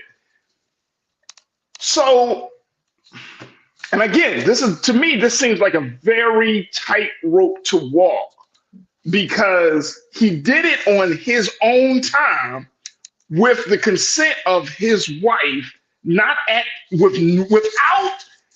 without saying anything about the role that he was playing, unless the camera was in his face, like, hi, my name is Joe, and he's doing all this other stuff, and I'm Joe Gao. But we also have to look at it too, and again, I'm just raising it objectively. I kind of have mixed feelings about this. I would need a little bit more evidence before I'm like, yeah, I agree with him being ousted, or to have like I want to have an informed opinion about it. But can we really tug a war with this? Yes, I know it's like their privacy, but it's just like when we see some of these racists make some of these egregious comments, and their job sees that they do this publicly, right? When people are recording them on their TikTok, and then they let them go. So that's to me that, you know what? I disagree with you on this one, Corinna. Well, I'm just saying they could argue that. Racist behavior, racist language affects other people. It insults and offends other people. It's considered to be hurtful speech. You and I know that, right? You have a point there. That affects other people. You and your wife doing your thing don't affect other people. Okay, and I know this might sound crazy for me, but I'm just saying. So he should have been able to keep his job. Is that where we're going with this? Like, it didn't necessarily with his role as chancellor, right? It wasn't with the student. He was doing this with his wife, and someone happened to see it. So I don't know if the university was trying to get in front of this. I'm thinking that some students discovered this, and they were like, before the students bring attention to it, we're just going to go ahead, and we want to be the ones to make the announcement, you know. And now I'm not saying whether I agree or disagree. I'm just kind of thinking maybe that's their MO, how they were going about it, you know. Well, this is something that he said. He said that, and I want to go to the other quote. Did we get the second quote? Let me make sure I put it as there. Let's go to this. Now, let me go to this other quote about it, because he mentioned something I think that is very something we need to keep in mind. And I think it could be a conversation for, or at least a case study that can be used for other jobs, where other high profile jobs, and especially when you're talking about like the code of ethics. But he said we all should be deeply troubled that the Board of Regents is overlooking the fact that the books and videos my wife and I have produced are protected under the First Amendment, as well as the Regents' own commitment to academic freedom and freedom of expression. He said, what's more, I received no due process from the board. I was not informed of any policy that I allegedly violated, nor was I given a hearing to present my side of the story. Now, see, that right there, I think, is where they messed up, because now he can sue for wrongful termination. And it sounds like, and again, this is the slippery slope, that if you work at a place and they see you doing something that a person may not agree with, right? So say your supervisor sees you're off, you're in your own personal time, and it's just like we often hear sometimes. Imagine you hanging out with your friends, you smoking, you drinking, you doing whatever, but this is your off time. It's a Saturday. Mm-hmm. And so somebody says, Corinna, we saw you at this place doing such and such and so, we gotta let you go because it doesn't fit. You're raising some good points as we're like kind of walking through this. You're making some good points, because if this is on his personal time with his wife and this isn't interfering with his job, then why is the firing justified? But again, I think where they really messed up too is they didn't even give him a hearing. So he didn't get the due process. And, how can they be so sure that this was him?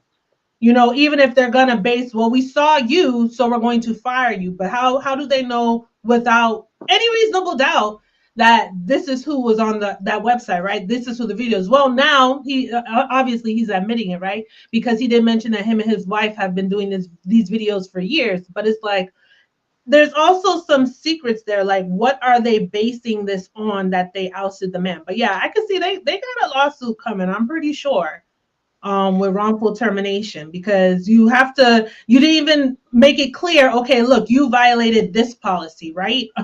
You shouldn't have done this. It's just like, oh, we discovered this and you're out, right? And then who is the source? So I would imagine it's just like I could come to you right now, Farajii, and say, I saw a video of so-and-so. What are you going to do? You're going to go online and Google it and look it up to make sure?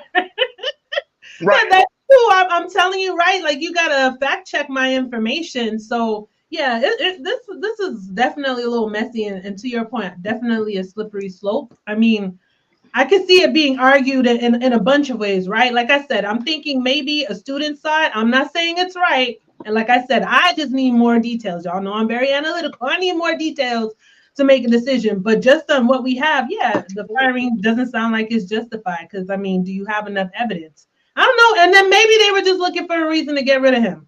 Sometimes that happens too. And this opportunity came up and they went for it. I mean, and it could be a lot of those things. And this is not about a person, I see a lot of folks in the chat saying you got to keep your stuff private, right? But you can't legislate people's behaviors nowadays, especially in a time and a culture where people are open about sexuality and things, right? And there are spaces online and in person where a person can do certain things in a certain privacy space, right? So if you're posting your videos, and I know this might sound crazy coming from me, but I think that it's a serious, dangerous precedent if we say that somebody can't do something because of their job. I think that's a dangerous precedent, especially if they're still doing the job well, especially if they're doing this quote unquote violation on their personal time. Because when does the job time over and the personal time begins? Because even if y'all see me in the street doing some wild stuff, right? You can't be like, well, Black Star Network should fire Farajii because I seen him doing A, B, and C. And it's like, okay, I'm a host, but I can't be I can't do anything else. Imagine if we are all confined to the roles that we play at the job. Well, that's true. And here's the other thing. Whose morality dictate whether something is good or not good? If that man is he's with his wife in the comfort of their own home, and they're doing something privately, right? And then he still posted it's whatever. Privately, but they decided to share it publicly. But there's a space for that. Well, yes. There's a space for that, right? So do you get mad at him for doing the act, or do you get mad at him for posting the act? Look, at the end of the day, and Lise just mentioned a good point, behind the scenes, basically saying like, the university, they're going to do whatever they need to do to salvage their reputation. Because imagine what the conversation would be if this was discovered. What's the reputation? Wait a minute. Hold on, Corinna, real quick. What is the damage to their reputation that their married chancellor has sex with his wife? I'm not saying it would damage. I'm just saying the married chancellor. Oh man, this 63-year-old, he's putting in work. About, because then, it's like, it feels like you just can't win. Because then the other side, they're going to be like, oh my gosh, the chancellor was caught putting out these videos with his wife and he's still in his position, right? Like, there's always going to be some sort of conversation. I doubt it. But wait, man, hold on, Corinna. What college student do you know of that's going to be like, oh my God, the chancellor has sex at 63? I mean, no. What college student is like that? College student? Do you know? Look, if I was the chancellor and a student did that, I would be like, and what videos do you have of some random party? Your videos are probably, y'all remember them Girls Gone Wild videos? Yeah. Now everybody quiet in the chat. Everybody quiet in the chat. Nasty situation, and I have to be honest, when I initially saw the topic, I was just like, what in the entire hell? Like, this is... Look, man, look, check this out. I think that it's a precedent. We got to look at it. I know we got to take another pause. So it's a precedent. We got to take a look at it. But if we start trying to legislate morality, quote unquote, or try to dictate somebody's behavior, I think that's like one of those whack-a-mole situations. You get one down and something else pops up. I don't think it's worth the time and effort. Lise just shared something else. So would it be okay if our president had a sex tape? Let's go back to but the president, right? Wait a minute, time out. Hold up. All right, let's do it. Let's take a break. We're going to give a little bit more time to this because you want to make a point, so I want to hear you out here. Let's take a quick pause. Folks, continue to post your comments in the chat as we're streaming on Roland Martin's YouTube page, Roland Martin's Facebook page, and of course, stay with us. It's The Culture here on the Black Star Network.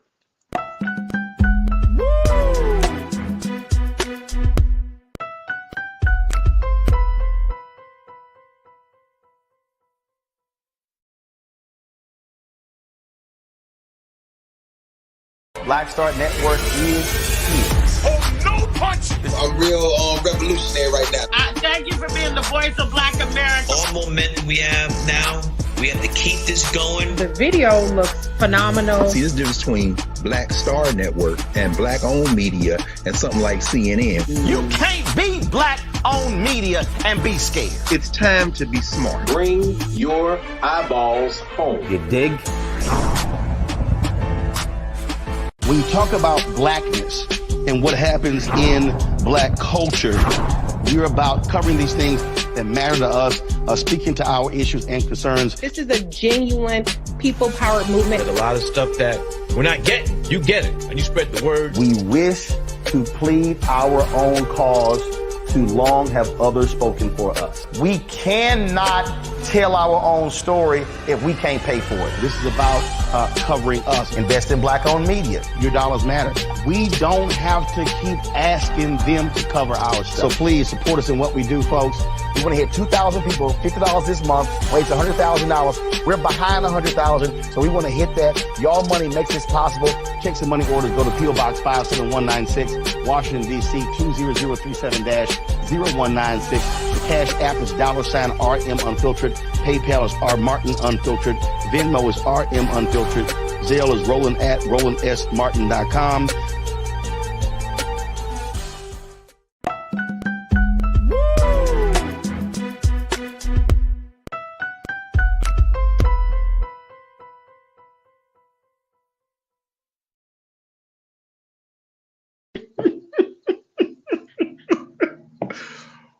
comments today. Y'all are on fire for the last Friday of 2023. Welcome back to The Culture here on the Black Star Network, talking about ex-Chancellor Joe Gao, who was fired from his job from the University of Wisconsin La Crosse this week because of some pornographic videos that he made with his wife were discovered online, and University of Wisconsin said it was it was not becoming of a chancellor. I got my sister Corinna Denise joining me in the conversation because she's an educational expert, so why not bring her in on this conversation?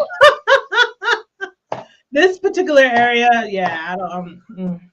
But yeah, maybe he should have hired you for his attorney because you're doing a good job arguing. No, it's not. It's not. Look. I mean, because it's very hard. Now, I know some people might say, "Well, Farajii, look, I know I'm reading the comments from the crew, man. I can't even say some of these comments, but some of them." Look, Mingley Natasha Serge, you said teacher stood on business, though. He said he's been doing this for years. My man was like, "Hey, I've been doing this." He was doing it before he got that chancellor position. That's what he wanted to solidify that. Make sure. I love it. That's funny. That's funny as hell. Pretty Brown Mimi, you said, Farajii, if I ever see you out smoking in jail, I'll pretend I don't see you. Your content is too good to lose. I appreciate that.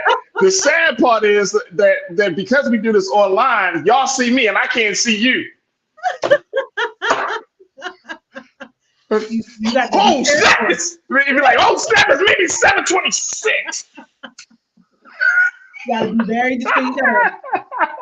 You know, if you put your eyes open, somebody's always watching you. I mean, you know what I'm saying? If I'm out and about, people see me, they be like, oh my God. You know, some people say, and I mean, here's the thing. Like, I've literally had people say to me, man, I never thought I'd see you outside of a suit. Do you think I came into the world with a suit on, bro? Like, I just came out the womb, just whoop, ready to serve.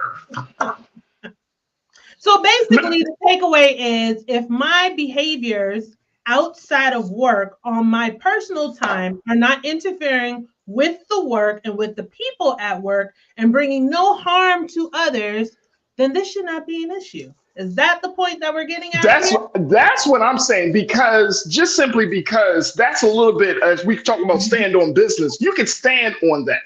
You got to actually, now this according to Mr. Gao, he said there was no due process. They never asked him questions or he didn't get a chance to tell his side of the story. But more importantly, he said he was never told what was the violation. Like if you're talking about a code of ethics, does that extend to your bedroom? I mean, your job, they're talking about a code of ethics in accord with the job, right?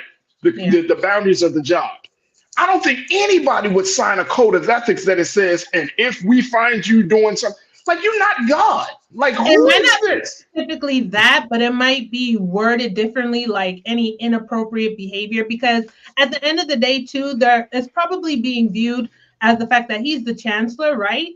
At the university, so you're representing the university. So not necessarily in your off time, but other behaviors. So again, I think they wanted to do damage control and get in front of it. Whether we think it's right or wrong, Farajii, I think that was their deal with taking this step. But I do think it's unfair that he didn't get his due process, you know, for them to actually have a hearing. And then, you know what, something could also come up too, where he might then push back and say, well, hey, like, to his point, my wife and I have been doing this for years. Maybe you didn't do a thorough background check or whatever the case may be if this was an issue, because I've been in this role for however long he's been in the role. And like these videos aren't something new. It's not like it's new to y'all just discovering it. But me and my wife have been doing this for years. And obviously, look, obviously for the man to even bring this up into the conversation, just like you said, Corinna, like he was like, I've been doing this for years. Y'all finally catch it up?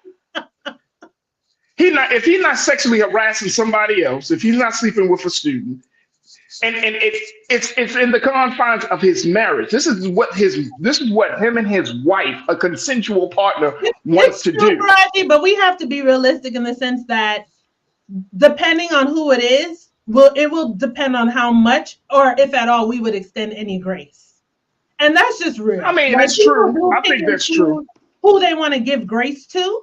And if this was someone else who was well known, let's say in the atmosphere, that's why I brought up, you know, someone as big as the president. this would be an issue. We got to be honest. Like, that's just a fact. This would be an issue.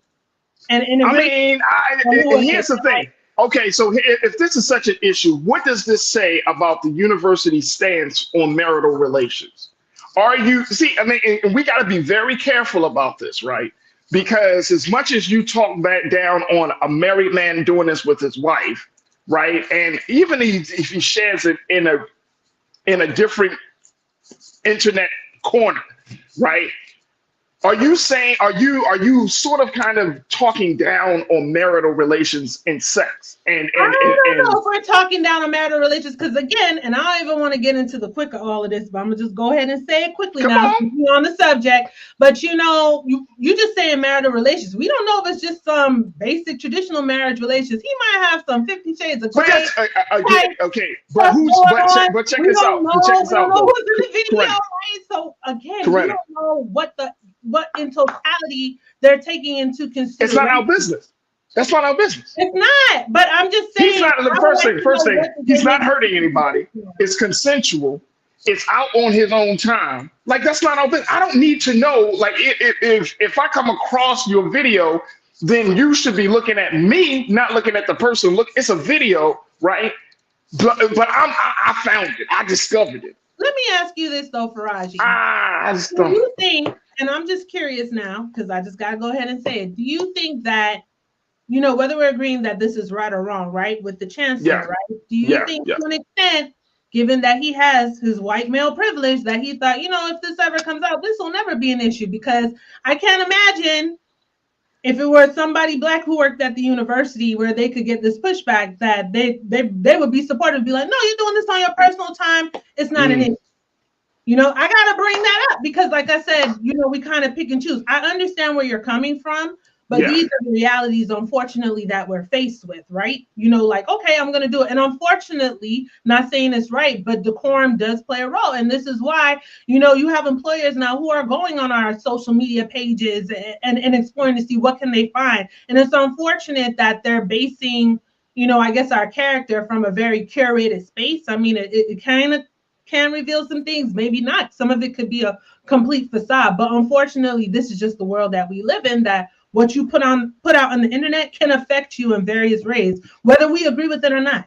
And that's just the point I'm making. I'm not necessarily agreeing with the decision they made, because again, I feel like I don't have enough information to be like, okay, I see why y'all did that. We're kind of grazing over it here. But yeah, it's unfortunate, but they got a lawsuit coming. I'm pretty sure he's gonna sue them. Wrongful termination suit coming right up. Oh yeah. Especially if they didn't talk to him about what policies that he actually violated. If it's just a policy of, it's bad morality. And I'm not saying that he had to put it out there, but if I was him, I would be like, how is it bad on a moral front that I'm actually enjoying myself with my wife? Yeah. So perhaps now the argument is not about whether this was right or wrong. The argument is, are they justified? Well, that's how it's going to be contextualized, though. That's how it's going to be contextualized. In the university's eyes, it's going to be contextualized as you're wrong because it's not the representation. Again, and this is, if you think about it, it's very oppressive, because it's like you're wrong for what? For just doing what married people do? He's been putting out the videos for years. He probably got an OnlyFans too, child. I'm sure he has a whole show. He actually has a whole show. Some revenue from this. He'll be fine. They actually. I'm just saying. Again, at the beginning of this discussion, somebody quote unquote discovered this. I would be checking on the person that discovered this, doing an investigation. Yeah, they saw his whole face and they were like, "Oh yeah." I bet you. How much you want to bet it was a student? No, it was probably. You know what? No, it wasn't no student. No, this ain't no student. This was an adult that was mad about their own marital life. That's all I'm gonna say. I'm just saying, they be like, "Oh, that's Joe." University, then maybe they would have walked on eggshells with this one, right? But if a student brought it to their attention, they were probably like, "Oh shit, yeah, we." Nah. It was an adult. It was an adult, and they were mad at Joe, and they were like, "Oh, Joe, okay, Joe." It's probably one of his colleagues. He got that revenue coming in. He's gonna be all right. Well, Hey, look. I'm interested to see how this turns out for him. Hey, Coretta, can you imagine the last day when he had to pack up the box? Like, when everybody looking at him like, Joe, you're leaving, Joe? He had to pack up the box or something. He'd be like, I hope you, okay, see you later, Joe Blow. I mean, Joe Gow. I'm gonna just leave it there. I'm gonna just leave it right there. But he does have a show. That's what the team has shared with me, that he does actually have a show. Yeah, he has a show. He said that they have a show called Sexy Healthy Cooking, where they interview performers and humanize them in ways that they wouldn't get in their own work. They're pleased with the feedback. So he's a guy that just loves to put himself on display. He's like an exhibitionist, him and his wife. This is just the most amusing story. This is the most amusing story of 2023. Look, I got to take a quick pause, y'all. We're going to move off this story. Let's talk history as we close out the conversation. Stay with us. It's the culture right here on the Black Star Network.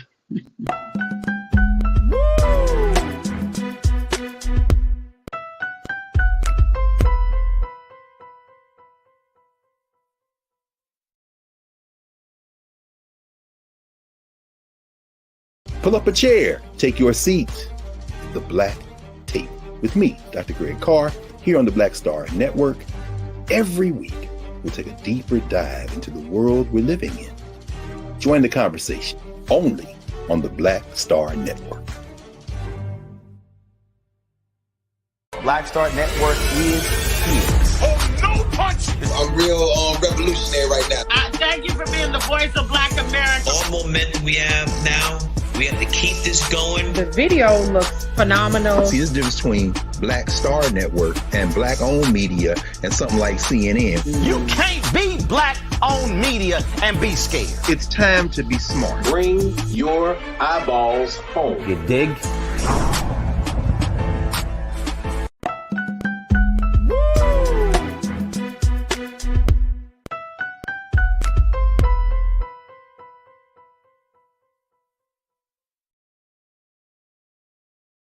Welcome back to the culture here on the Black Star Network. I am dying from y'all. We're gonna have to move on. Let me bring in Corinna. Corinna, this is the final Friday. This is the last show of the year. I'm trying to move. I don't even know why I set it up for us to talk about that story before. I don't know what I was thinking. What now? Let's talk Black history. Yeah, that's the premise. We're gonna talk about the porn and then talk about history. But okay. Talk about Black history. Let's shift gears. Let's shift gears a little bit, y'all. Culture. I hope y'all enjoying this conversation, man. This is wild. All right. Anyway, as we close out 2023, and this is the last Friday of the year, and of course, we're just a few days into the Kwanzaa celebration of 2023. I thought about this story, and I saw this story, and I've been wanting to talk about this, where in South Carolina, they're getting their only civil rights museum, thanks to famed photographer Cecil Williams. His photography will actually be serving as the basis of a civil rights museum marking how Black Americans fought against segregation and discrimination in the state. And this is in Orangeburg, South Carolina. So I'm gonna lean on my sister Lana, who I know has probably been down in Orangeburg, or she probably knows somebody in Orangeburg. Because Lana knows, she know that southern part of the country. But it's the first civil rights museum that this part of that South Carolina has. And they're going to use his photos and all of his work. He has millions of photos. They're going to be digitized and categorized. And it's going to be the basis of a museum. So it's going to teach about segregation and discrimination. And he's 85 years old, Corinna. Cecil Williams, photographer, 85 years old. He turned 85 last month. And he said, images can be very powerful storytelling, and the struggle to get the rights we were due under the United States Constitution is a very powerful story. Let's give Mr. Cecil Williams, let's give him a horn or something, a little hand clap, because his advocacy to get something. There we go. He also said this. He said, we talk about superheroes like Superman or the Black Panther, but I wish young people would realize there are superheroes in their neighborhoods who fought injustice every day. Come on, Mr. Williams. That's so Come on, Mr. Williams. Hey, look, Lise and team, let's pull up a picture of Mr. Cecil Williams when y'all get a chance so that the people can see what our brothers looks like. So he realized back in 2019, him and his wife, that there was no museum focused on civil rights in South Carolina and like any other state. So they converted an old house and dark room in a residential neighborhood in Orangeburg into the Cecil Williams, South Carolina Civil Rights Museum. He created the exhibitions. He partitioned off the rooms himself. It had 25,000 visitors with little marketing, with little, and that's Mr. Williams right there, y'all. And let's show a picture of, there we go. Yeah. So this story right here, I think, Corinna, really, it really kind of brings home the ideas of Kwanzaa, like today's cooperative economics, which this is about, right? But also it's about self-determination. It's about pulling your resources together. And I think that for a lot of us, some of us, well, I'm not gonna say a lot of us, I would say some of us truly believe that we don't have power, that the power is always gonna have to be given to us instead of coming from us. And I think that this is a great story to show that if you just decide enough is enough, and we talk about this, here's a man who is at 85 years old, still had the spirit, the passion to say, you know what, let's change the world. Let's do something different. At 85 years old, he could have been sitting and watching, and he did all of his photography work. Him and his wife could have just been taking a rest. But at 85 years old, they're still advocating and pushing forward to make sure that there is something that can be passed on to the next generation from this culture. I think this is absolutely amazing. What you take, Corinne? Talk to me. It is amazing. And I love the fact that him and his wife took the initiative to say, we need to create a museum, right? And I think it even makes it more sacred that they decided to use like an old home, right? And instead of maybe just constructing a new building, but now all of his photography, art, all of his work throughout the years will be on display for everyone to see. Right. And, there used to be a saying, pictures worth 1,000 words. I could only imagine the history that will be displayed in those images.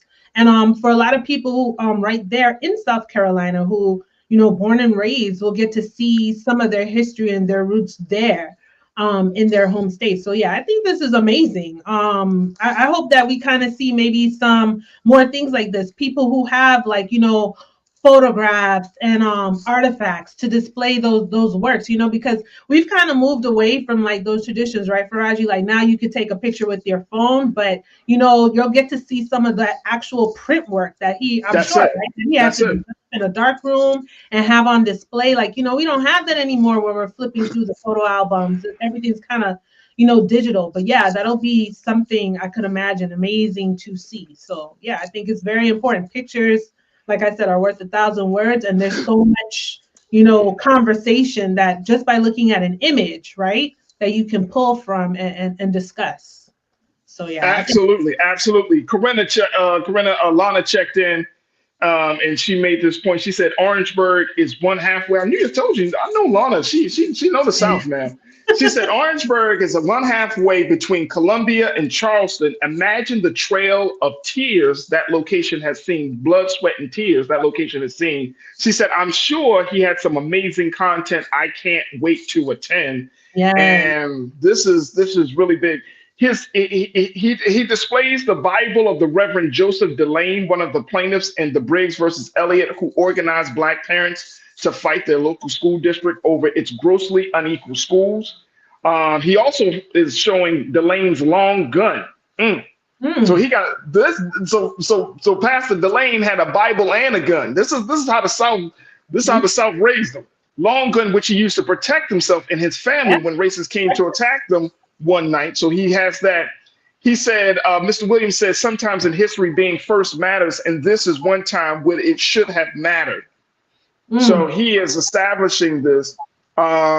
So in the next year or so, according to the report, Mr. Williams hopes to move his museum into a building 3 times larger in downtown Orangeburg with full-time staff. And it's part of a $23 million federal grant to revitalize Railroad Corner in Orangeburg as a gateway to the city that is nearly 3/4 Black with 2 neighboring historically Black universities. And it's the culmination of years of trying to get support from anyone who will listen. Come on, let's give another horn for Mr. Williams, man. Look, let me tell you this. And imagine how many photographs he has. Oh my gosh, thousands of Come on. pictures that he's going to need to eventually construct a larger building, a larger facility to house all of this work. Absolutely. Here's the final note he said. He said, we're running out of time, Corinna. He said, I'm running out of time. He said, I have tried for 4 or 5 decades to make an impact, to make our history known.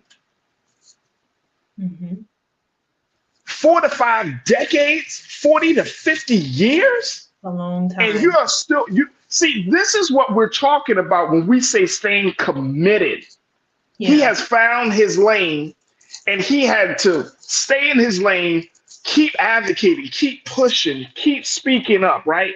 Until it happened. Then he decided, I'm going to put something together for myself. And then we're going to make it big. 25,000 people come out to see him with no marketing, little to no marketing. And then I think the it's state also taking into consideration too, given that we see all the attempts to strip our history and water it down and act like it doesn't exist. He sees the urgency, especially in now, to kind of pass the baton to the younger generation, making sure we know our history, we know who we are, so that we can actually create the world we want to see and build a future for ourselves, right? So I would imagine that has that's a lot of the reason also too behind this, so that our history is not erased. Like, that's what I'm saying. Photographs, and he wants to make sure, especially our young people, know it and cherish it and value it. So that is absolutely. So big shout out to Mr. Cecil Williams, 85 years old. Big shout out to his wife. They've taken on the great responsibility of educating South Carolinians about this history in Orangeburg, South Carolina, the only civil rights museum in the state. And now they're finally getting some credit in establishing this museum. And more importantly, they're finally getting the resources and the money from the state to establish this. So God willing, you folks will start to be able to see this Civil Rights Museum. I'm sure they're going to name it after him, the Cecil Williams Civil Rights Museum in South Carolina. But what a great way to end 2023, Corinna. They're talking about the great determination that, and I think the big lesson I gleaned from this story is the fact that regardless of what's happening, regardless of who is coming after you, that you got to stay focused. And then guess what? God is going to make a way for you. God is going to make a way for you as long as you stay consistent in your efforts to do what's right. Guess what? You will be rewarded greatly in consistency. So here's a man who has done 40 to 50 years of advocacy and work. And he's finally in his what they say, his twilight years, starting to see it come into fruition. Yeah. Well done, Mr. Williams. Absolutely well done. Absolutely. All right, Corinna, our time has been very well spent. Thank you so much. I hope you have a safe and prosperous transition into the new year. God willing, we will reconnect with you next year in 2020. What's your resolution? What's the resolution you got real quick, Corinna? What you want to work on for yourself? To be consistent and persevere. You know, despite trials and tribulations that we can't avoid, just to stay focused on the goal, no matter what, you know? That's it. I think that's all we can do. But thank you for a great year. Fantastic year. I look forward for more to come in 2024. Absolutely. And I think my resolution would is to be more intentional. Be more intentional. I feel like that once you set your intention, you know what I mean? It opens the door and the conversation for everything else. So just to be more intentional. So God willing, we'll be able to do that next year. Crew, I cannot thank y'all enough. Let's thank the crew, y'all. Let's thank the crew. Yes, for their consistency, their support. It's been a fantastic 2023. God willing, we're going to go into something together. But let's all I know there's going to be a lot of celebration and everything, but something that I heard the minister say one time, he was like, as you talking about transitioning into the new year, that you take the time to truly reflect, to truly think over all that has happened. And that I know that some churches do it, others don't. But make sure that y'all say a prayer. Prayer for those who are here, prayers for those that we lost over the year, and that their family finds some peace and healing. But this is a very critical time, as much as it's a joyous time for the things that we're doing. We're also saying that this is a time of great darkness and uncertainty in this country, especially for Black people in this country. So let's hope and pray that we get through this transition, not just of this calendar year, but we get through the next year together, whole, in the same space of mind, and that we truly, truly usher in a movement of peace and understanding and knowledge. So I thank y'all so much for y'all support. Thank you, Corinna. I truly appreciate you for being so good for the culture. Peace, right. 2024. Oh, absolutely. Stay woke. Stay woke. All right, thank y'all so much for tuning in. Big shout out to the big guy, Big Brother Roland Martin, for once again providing the space and the place for us to have these conversations here on the Black Star Network. I thank y'all for so much for all of that y'all have done for us here on the Black Star Network, and particularly on the culture, the support, and everything. Thank you, thank you, thank you. We are truly a community here, folks, a family here. It's been an amazing journey this year. So God willing, we will talk on Monday. Stay tuned. Up next, 6 p.m. Eastern Time is Roland Martin Unfiltered. As always, never be afraid to challenge what's wrong. Stand for what's right while being yourself in the process. And God willing, we will see each other on Tuesday. That's right, on Tuesday for another live show right here of the culture, right here, only here, exclusively here on the Black Star Network. Go to our website today at blackstarnetwork.com. Download the app and please support us as we continue to put out another fantastic year of great content and information for Black America. Talk to you soon. Peace.